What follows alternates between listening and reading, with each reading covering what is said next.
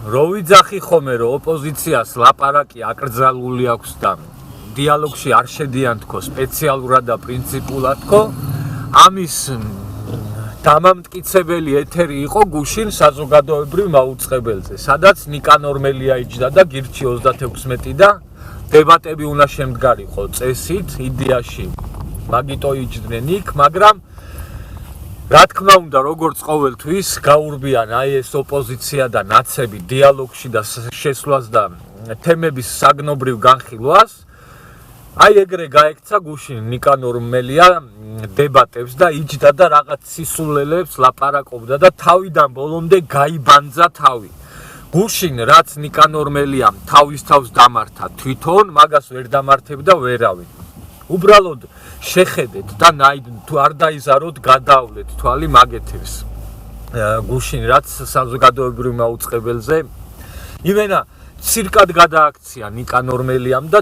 გაიბანძა თავიდან ბოლომდე თავი არ მიცა არავის იმის საშუალება რომ კითხვა დაესვათ იმიტომ რომ ამ კითხვაზე პასუხს ვერ გაცემდა ვერც ერთ კითხვაზე ხო ეგენი პასუხს ვერ ცემენ და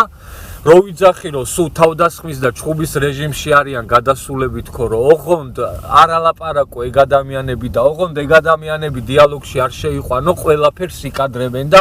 აი ეგ მაგის დასტური იყო კაკრას გუშინდელი ეთერი ნიკანორ მელიას მონაწილეობით სადაც კიდევ ერთხელ ვიტყვი თავიდან ბოლომდე გაიბანძა ამ ბიჭმა თავი და მეცინებოდა ბოლოს რა რო უყურებდი აი თავიანთ მხარდამჭერებს და თავიანთ ამომრჩევლებს როგორც ესე იგი აბრიყვებენ და რაღაცებს ებოდიალებიან აი გუშინ ეგრე იჯდა და ცდილობდა რომ რაღაცა სრულიად საზოგადოება დაებრიყვებინა მაგრამ ყველა ვისაც ოდნავ რამე აზროვნება შეუძლია ყველამ მიხვდა კარგად ვინ არის ნიკანორ მელია და საერთოდ რას წარმოადგენს აი ეგრეთ წოდებული პროევროპული ოპოზიცია და ბრავო გირჩი 36-ს და ჯიგრები არიან და რა ვიცი მაგათ მოთმინებასაც კიდე ბრავო რომ აი გუშინ მაგ ნიკანორ მელიას სისულელებს იჯდნენ იქ და 2 საათი ისმენდნენ კითხვა არ დაასმევინა ტიპებს არც ერთს არაცადა რომ კითხვა დაესვათ ამ ქაჯმა ნიკანორამ ამან